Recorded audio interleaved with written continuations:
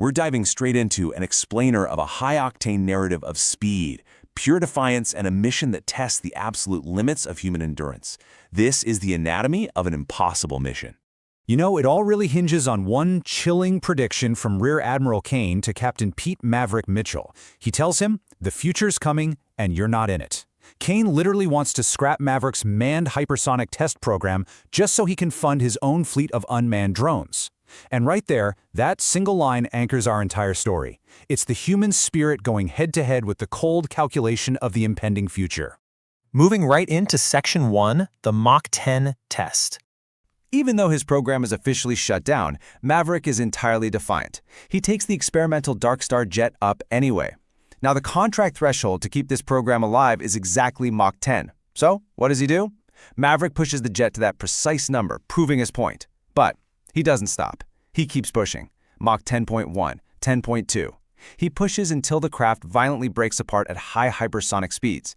But get this, he miraculously survives, stumbling into a dusty little diner to prove that yes, the pilot absolutely still matters. Which leads us to Section 2, Return to Top Gun.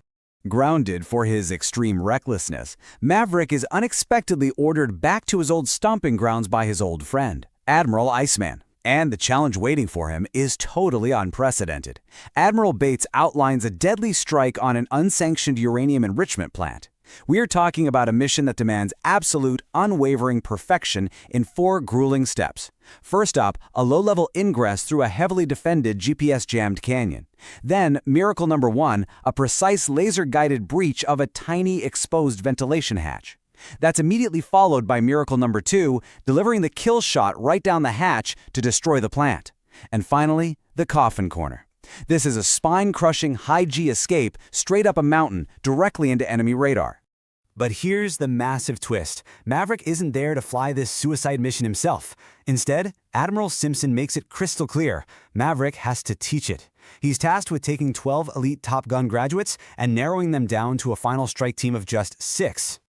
And that plunges us into Section 3, Training for the Impossible.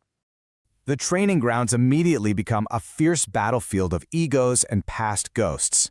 Maverick comes face to face with Bradley Rooster Bradshaw, the deeply resentful son of Maverick's late wingman, Goose. To shock the system of these hotshot pilots, Maverick establishes some absolutely punishing training parameters. We're talking a strict 5,000-foot hard deck, super tight 2-plane welded wing formations, and a relentless 2 minutes and 30 seconds time to target. He initiates these rigorous dogfight exercises and just aggressively shoots down every single trainee, making them do push-ups for every loss. Why? To prove to them without a doubt that they are nowhere near ready for the harsh reality of this combat. Then, suddenly, the pressure violently mounts. Intelligence reveals that their timeline is shrinking. The plant is going to be operational way sooner than expected, specifically to avoid radiation contamination in the valley once they bomb it. With raw uranium arriving in just 10 days, their preparation time is drastically cut short. So you have to ask the critical question: is this mission even achievable? Things start falling apart. A catastrophic bird strike crashes one of the jets, leaving pilots Phoenix and Bob just lucky to be alive. Right on the heels of that, Maverick's protector, Iceman, tragically passes away, leaving Maverick entirely exposed. Cyclone steps in, permanently grounds Maverick, and lowers the mission parameters to a much less risky ingress. But here's the catch. That easier route essentially guarantees the team will be sitting ducks for enemy planes. It's a fatal alternative. So, defying direct orders yet again, Maverick goes rogue. He steals an F-18 and flies the simulated canyon course all by himself. He pushes through insane G-forces and hits the target in an impossible 2 minutes and 15 seconds. Right there on their own simulator screens, he proves to the Navy that the original, highly dangerous mission can actually be survived.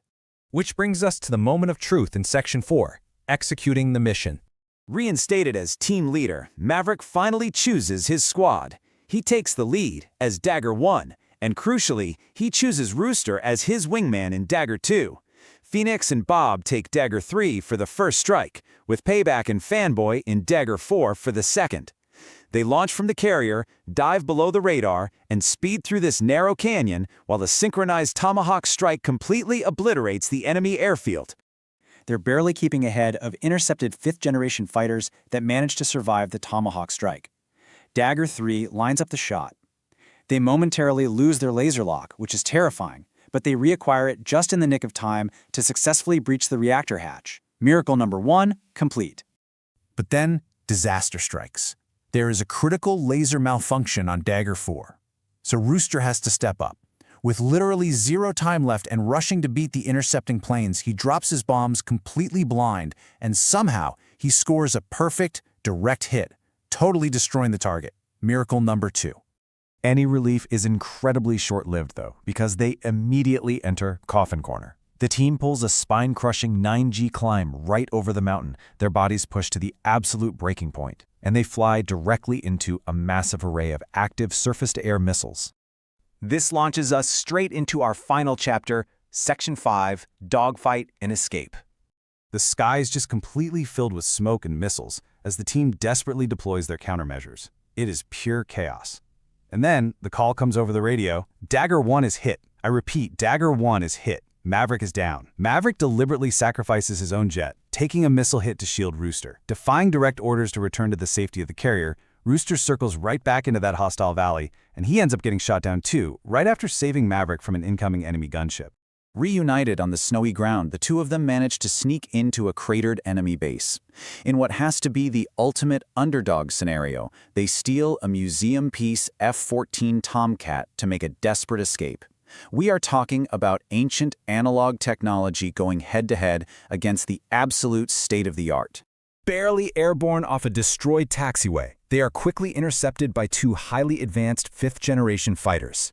The terrifying call rings out, smoke in the air, and they're forced into an intense, incredibly mismatched close-quarters dogfight. Using pure pilot instinct, flying crazy low to confuse the targeting systems, and completely defying the overwhelming technological mismatch, Maverick actually manages to take down both enemy fighters, but in doing so, he depletes all their flares and literally every last bit of ammunition. He famously calls out switching to guns right before scoring that second kill. But then, out of nowhere, a 3rd enemy fighter catches them. With their weapons completely gone and their ejection seats jammed shut, Maverick and Rooster are facing certain death.